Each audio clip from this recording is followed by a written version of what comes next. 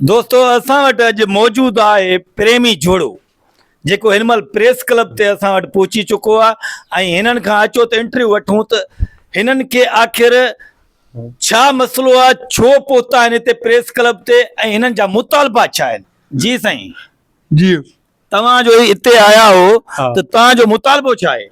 असांखे तहफ़ुज़ ॾियो, असांखे ख़तरो आहे। तव्हांखे ख़तरो कंहिंसां आहे साईं? असांखे खोड़ ख़तरो आहे, अॻो बि ख़तरो आहे, पोइ बि ख़तरो आहे। अॻियों बि ख़तरो आहे, पोयों बि ख़तरो आहे। हिन जे माइटनि जो बि ख़तरो आहे, पंहिंजे माइटनि जो बि वरी ख़तरो आहे। हा अच्छा अच्छा, हा। बाबा हे चवनि था त असांजे माइटनि खे जेको थो हिन जे माइटनि मां बि ख़तरो आहे ऐं छोकिरी जे माइटनि मां बि ख़तरो। असल में छोकिरी आहे या?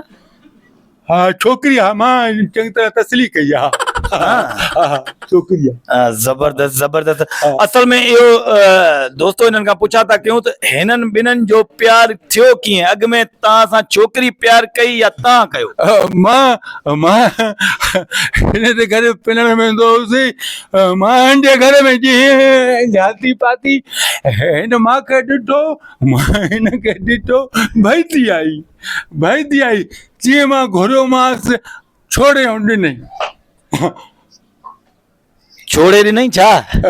पोती मां 100 जो नोट छोड़े ॾिनई। मां चयो हाणे बका हलियांसि, चई न रखू हुजनी। पोइ मुंहिंजो हिन सां प्यार थी वियो, हिन मूंखे कयो, मां बि हिनखे कयो। मूंखे कयो, मां हिनखे कयो। छा कयो? फरफूस। अच्छा फरफूस। सही सही। जानी हा। दोस्तो हाणे असांखे ख़तरो आहे, असांखे तहफ़ुज़ ॾियो। ख़तरो आहे कंहिं मां बाबा, उहो त ॿुधायो।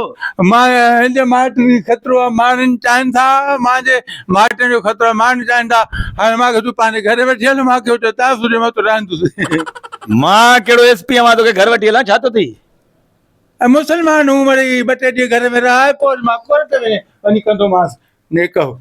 दोस्तो अलाह ख़ैर कंदो। असांजे सिंध जो अलाह वाही आहे, जेकॾहिं अहिड़ा प्रेमी जोड़ा जेकॾहिं निकिता तहफ़ुज़ लाइ त पोइ साईं न्याणियुनि जो, न्याणी त नथी लॻे पर पोइ बि न्याणी कई आहे हिनखे, सो न्याणियुनि जो ऐं अहिड़नि दरिंदनि जो अलाह वारिस आहे। अचो तव्हांखे तहफ़ुज़ ॾियां, अचो अचो बा।